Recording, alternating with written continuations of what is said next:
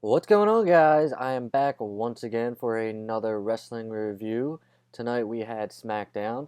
I just joined you a couple hours ago for my Raw review.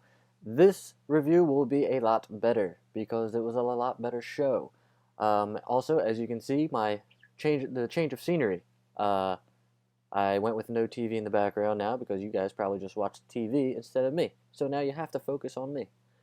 Anyway, tonight was a great show. I thought it was so much better, and as usual, SmackDown's always better than Raw.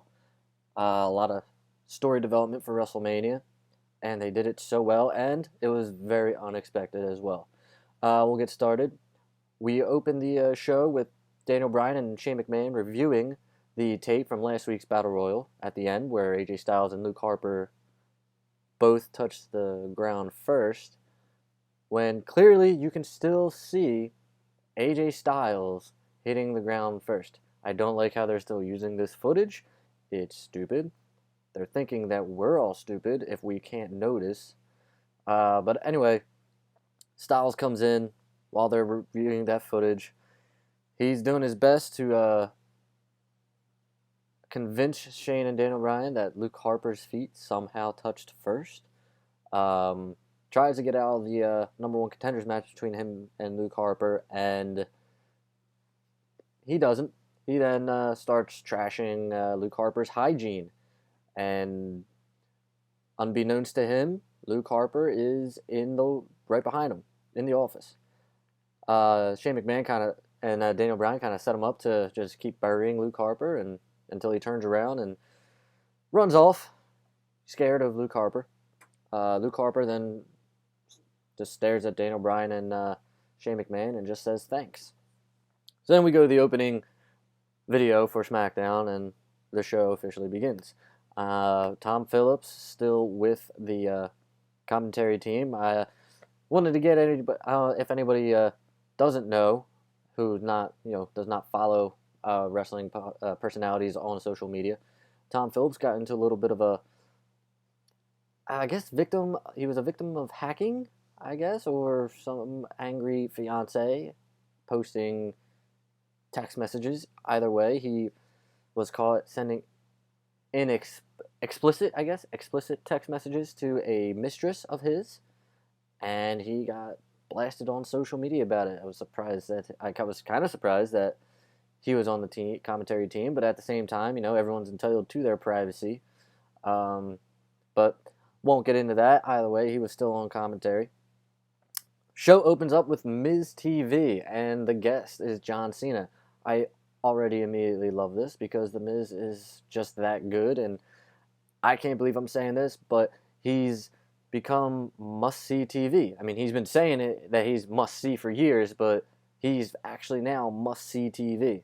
So I was excited to see this. I was excited that Maurice was with him, and I was also excited that John Cena was his guest, because that means we're going to get this match at WrestleMania set up. And I haven't been a big fan of the idea, but I'm excited. I was excited to see how they would set it up.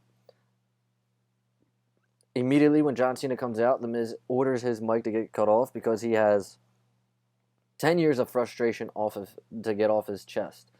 And it's just another great promo by The Miz, saying that Cena ruined his moment at WrestleMania, bashed him for bashing The Rock, who left for Hollywood, and now Cena's leaving for Hollywood. It was all great. Saying that John Cena pulls strings so he can get what he wants, and then Cena returns a favor with pretty good shot, saying if he were pulling strings, he wouldn't be standing toe-to-toe with The Miz during WrestleMania season. That's a big blow. That's saying The Miz has no right to even be in the ring with John Cena, in my opinion. Cena thinks if he had the keys to the city, as he put it, he would be with The Undertaker right now. But that's not the case. Roman Reigns got that, or will get that, I'm assuming. So then Cena tries to leave. Miz's wife, Maurice, says, "You can't leave until we tell you to leave," ends up slapping John Cena. Right then and there, I knew what was coming. Cena, with pretty evil laugh, says, "You just made the biggest mistake of your life," and out comes Nikki Bella. Miz and Maurice book it through the crowd. Nikki Bella tells Maurice, "You mess with my man, I'ma break you, bitch." And this is when you know it's WrestleMania season, because they start throwing out bitches and asses and all that stuff. I actually, I don't know if I'm ashamed to say it or not, but I actually got pretty pumped for this first little interaction between these four. Nikki Bella's on fire, and I hate to say it, but I kind of like seeing Cena and Nikki Bella together. I hope they do more of this leading up to WrestleMania. I hope, I know they're taking time off after WrestleMania, but I hope, if they come back, I'm sure they will, or at least Cena will. I hope Nikki Bella maybe comes back in a type of manager role. But that was a good opening segment. It really got the crowd going, and really set a feeling for the show. Really set a standard, I would say. So yeah, we're gonna get Harper versus Styles for the number one contender spot. Sports Center, hockey stuff. Anyway, yeah, we're gonna get Harper versus AJ Styles for the number one contender spot. But also, it was announced that we're gonna get Becky Lynch versus Mickie James in 2 out of 3 falls. It was all right. This match was okay. I don't really if you're gonna do a 2 out of 3 falls match, I think you should do it with the right people. I'm not saying that these two women were not the right people. I mean, they can have a good match, but also I don't. To the WWE's credit, they made it kind of a short 2 out of 3 falls match, which normally, they're not that short. Mickie James got the first fall with the big DDT that she does, and then Becky Lynch got a quick roll up to even it up at 1 fall apiece. During the third fall, Alexa Bliss comes out, tries to distract the referee, does so, then gets knocked off the apron.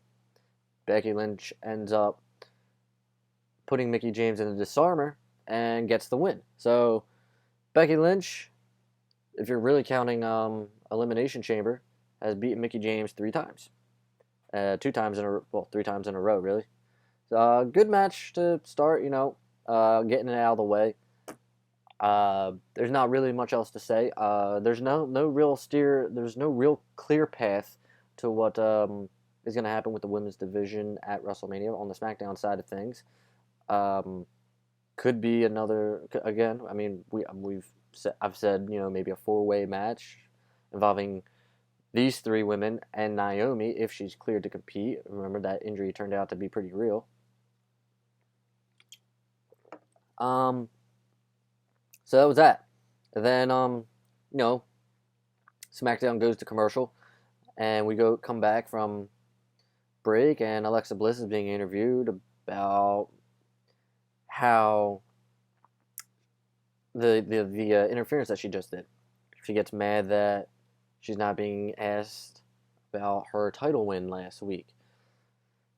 Natalya comes in out of nowhere for some reason, pretty much says she wants a title shot, or is going to get one, not even asking for it. I don't need to see Natalya get a title shot. I'm not interested in her. I hate how she brings up her cats. I hate cats. Makes me hate Natalya. Anyway, I like where the women's division with these 3 right now, and even 4 with Naomi. I don't need any of Natalya. She can go somewhere else because I don't need her. So then AJ Styles gets interviewed about his upcoming match, and he's saying it's bogus. And you know what? It is bogus. There shouldn't be a match. Luke Harper should be the number 1 contender. SmackDown usually, they usually do a good job in their continuity, but this right here, I think they could have done a better job at, I don't know, maybe explaining it better, or just saying Luke Harper got the win in the Battle Royal, but because it was I don't know, the referees decided that it was a draw anyway because they both went over the top rope. I don't know, something could have come up with that could be better, because again, Styles clearly touched the floor first in that battle royal last week. But yeah, he says it was bogus and it doesn't matter anyway because he'll beat Luke Harper and will go on to WrestleMania where he belongs. Good short interview, to the point, and we get set up for that match immediately. I am surprised that this is not the main event, or I was at the time, but it did go on before a despicable chairs match, which I will get into after talking about this match. So, we go to the ring. We got these two guys. They hit their entrances. Then we go to break. After we come back from break, Tom Phillips is hyping up the chairs match. I don't care about the chairs match between Dolph Ziggler and Apollo Crews. I don't care. I hate that it's called a chairs match. It's a no DQ match. Anyway, I want to see AJ Styles versus Luke Harper because they're about to steal this show, and they did. So, they lock up. It goes back and forth. Harper catches a kick and takes AJ to the top. It's all so good. They move so well together. The talent that Luke Harper has for a man his size, being able to do suicide dives, all that stuff. His super kicks are on point. I think it's one of the most impressive things. Then you got AJ Styles, who is always impressive at his age. And we'll fast forward to the end of this match where he hits a phenomenal forearm. Now, you could tell Luke Harper is so close to the ropes that something's going to happen here. AJ Styles makes the pinfall on Harper, and Harper's foot's on the rope. Referee doesn't see it. AJ Styles knocks his foot off the rope, and AJ Styles is declared the winner. Shane McMahon, he comes out, and this is where I felt like they're obviously gonna put the seeds in for AJ Styles and Shane McMahon at WrestleMania. So I was saying like no to this, like so much. I was yelling at the TV. Shane McMahon restarts the match because of Luke Harper's foot being on the bottom rope. Not too long after that, though, Shane McMahon, by the way, gets a super kick for being out there anyway by Luke Harper accidentally. Harper gets thrown into the ring, and AJ Styles hits a springboard 450 splash. This is one of the most impressive things because at AJ Styles' age, I don't think anybody his age should be pulling that move off. But he does it, and he does it perfectly. And surprisingly, he got the win. So now, first off, let's backtrack. AJ Styles never got his one-on-one rematch for the title. Okay. He gets put into a battle royal that he should have never been put in the first place if he would have gotten that one-on-one rematch. He was supposed to lose this one-on-one, or lose this battle royal because his feet did touch the floor first. So now he's put in this number one contenders match, wins it once, gets that taken away from him. Now he wins it twice. There is no way that he doesn't challenge for the title at WrestleMania. It'd be a crime. It would be a travesty. It wouldn't make sense. There's no way you can take this championship match away from him now. If you're about to put him in a match with Randy Orton to determine the number one contender, that's just senile and repetitive, and I don't want to see it. If you're going to make it a triple threat match, that's fine. And if you're probably asking yourself, why are we talking about Randy Orton? We're going to get to that in a moment. But AJ Styles wins. He is the supposed number one contender. We'll see what happens with that.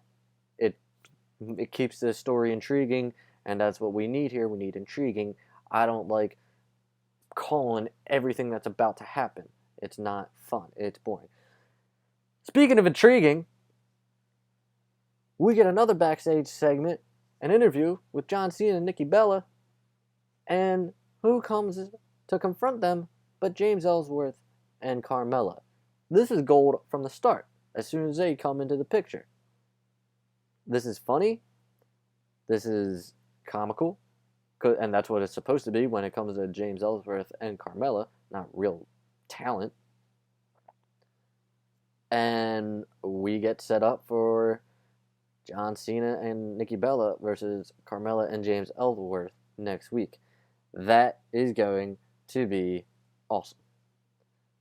I can't wait for that match. The match should be the main event. And we haven't seen James Ellsworth compete in God knows how long. So I'm excited for that. Next up, we get Dean Ambrose backstage. He's walking towards the ring before we go to a commercial. He comes out, and you couldn't even tell it was Curt Hawkins because this happened so fast, but Ambrose walks into the ring, dirty deeds to Curt Hawkins, and I guess they were supposed to have a match, but it obviously didn't happen. Ambrose cuts a promo on Baron Corbin, telling him pretty much not to mess with him. Baron Corbin shows up on the Titantron. Ambrose takes a shot at his tattoos. And, that's it. They both issue warnings to each other. And it was pretty much it, really. They're just building up to their match at WrestleMania. Then we get that Ziggler Cruz chairs match. Now, here's the thing. One sec.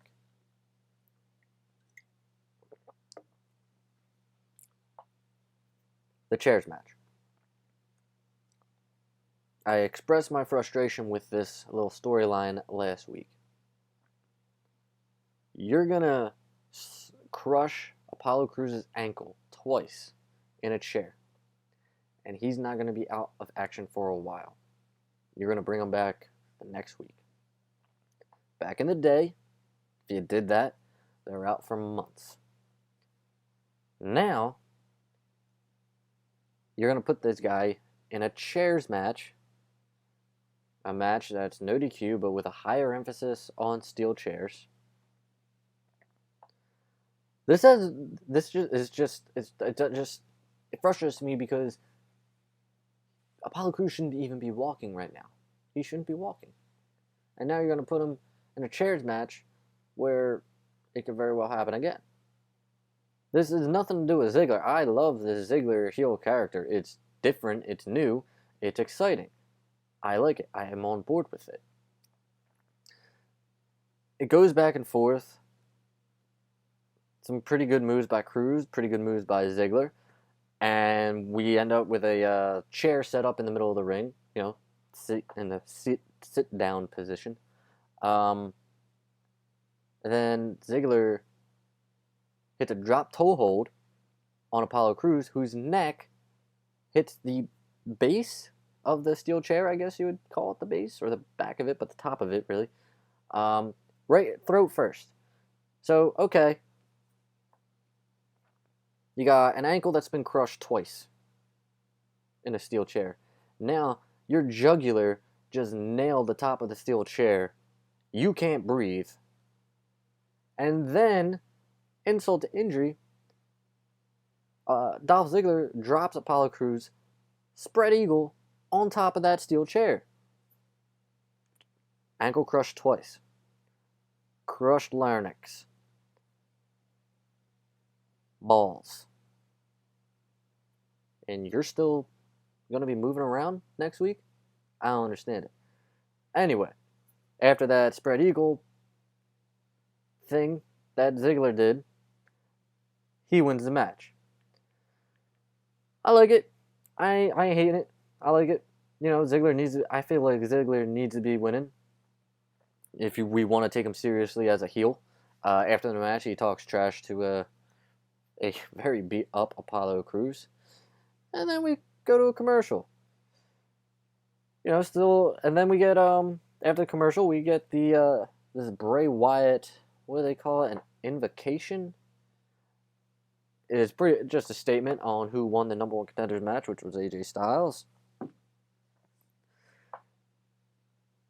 he says AJ Styles is gonna end up like all the rest that have come before Bray Wyatt, saying that both AJ Styles and Luke Harper were mortals and he's immortal. And there's something about Beelzebub. AJ Styles is gonna feel Beelzebub himself. I'm not big on Beelzebub. If anyone could tell me, please let me know. It sounds like some type of devil guy. So, then, I mean, Randy Orton's nowhere to be found. But then he pops up on the Titantron. All dark clothes, dark background setting. And apparently he's at the Wyatt family compound. And right here I'm thinking, what's he doing? Something's weird. So then Orton says this is Bray's world, but it's not his. And that right there is the turn that we have been waiting for since I can't remember. For months. We've been waiting for months. We see the famous rocking chair that Bray Wyatt started out with. It's rocking by itself. Supposedly, I believe Sister Abigail is sitting in it and rocking it. I don't know. But Randy Orton's there. He has a pickaxe with him. He talks about this is where Sister Abigail has been buried. But for how long? Maggots eating at her body. Yada, yada, yada. He says when he joined the Wyatt family, he said if you can't beat him, join him. His new expression now is if you can't beat him, join him, and then screw him. And that's exactly what Randy Orton did right here. He starts throwing gasoline all over the place, all up in this little shed. Walks out of the shed, makes a trail, has one of those long matches with him, strikes it on a tree, lights the whole shit on fire. Once that happened, Bray Wyatt loses his shit. He is losing his shit. He is rolling around the ring, rolling around the ringside area. He is begging Randy to stop. Randy Orton with a great pose. The shed bursting into flames, and Randy does his pose there. I thought that's a really great picture. And that's how we end SmackDown. It's short, it's sweet, to the point. Randy Orton said that he was going to come after Bray Wyatt at WrestleMania. Alright, so AJ Styles wins a bunch of number one contenders matches and deserves a one-on-one shot for the title. Now Randy Orton, after giving up his spot, is just taking it back. Can you do that? I didn't think you could do that. But WWE and the rule book really don't make any friggin' sense. So how can this play out? What's my opinion?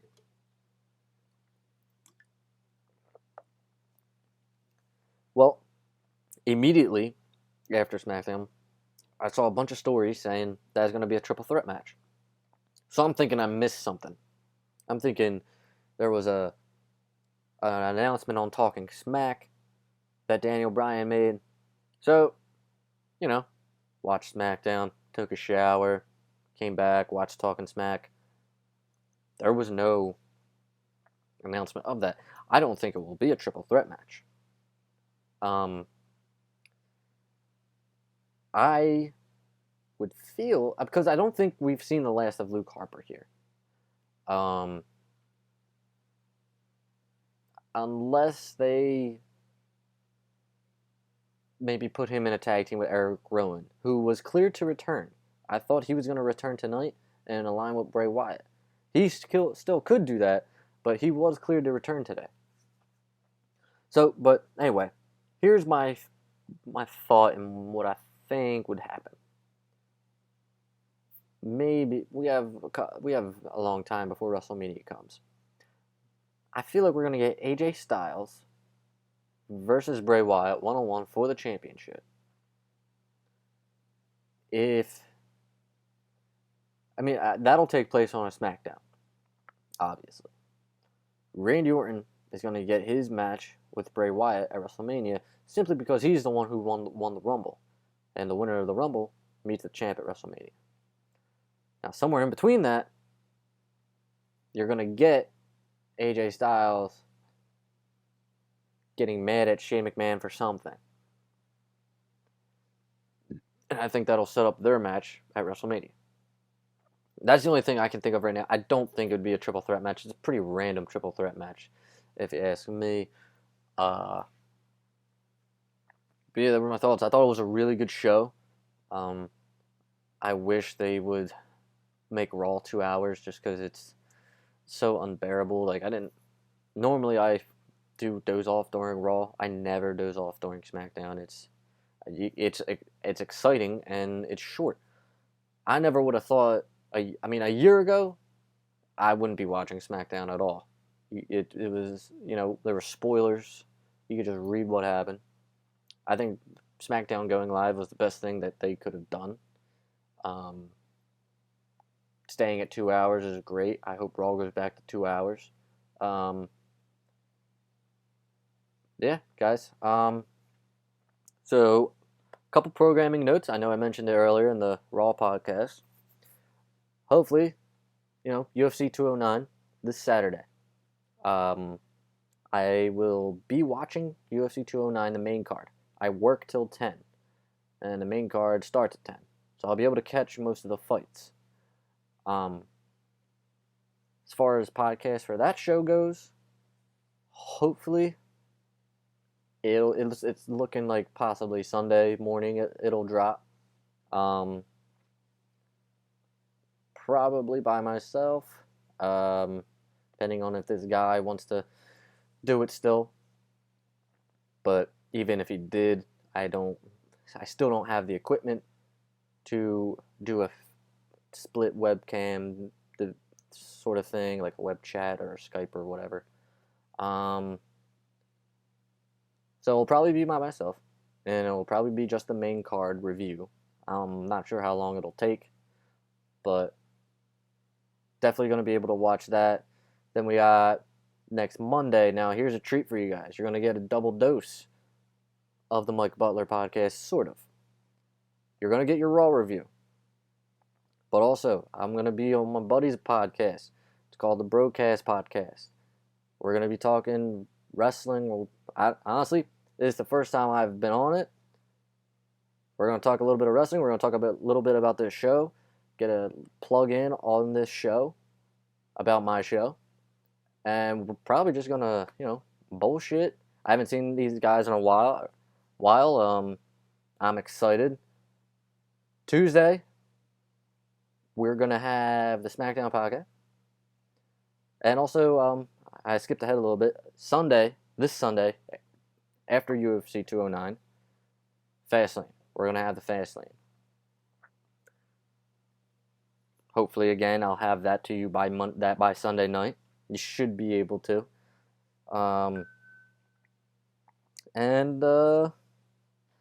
Guys, that's it. Again, I mentioned it earlier. I don't want to be doing just, Raw and SmackDown review podcasts, but I want ideas from you guys. So I need your feedback on what you guys want to see, wrestling related. I'll even do, if you guys want to do a, Ask Me Anything episode, I'll do that. Hit me up on Twitter, I'll do that. Do a little question session. I don't care. I'll do anything. I'll do anything to get on camera. If you know what I mean, I will. No, but seriously, guys, I need your feedback. It'd be much appreciated. Follow me on Twitter, Mike Butler 1127, Snapchat Butler 1127, Instagram Mr. Mike Butler 1127. Just follow it. Hit the subscribe button on YouTube. Hit the like button on YouTube. Hit the like button on Facebook. Watch the video. All of that helps me. It helps me get noticed. It helps me get out there. Monday, listen to the broadcast. I am on there. You can get it on iTunes. Download it. It's great. It's funny stuff. Other than that, guys, enjoy your week, and I will probably see you Sunday morning. So, enjoy the rest of your night, and God bless you.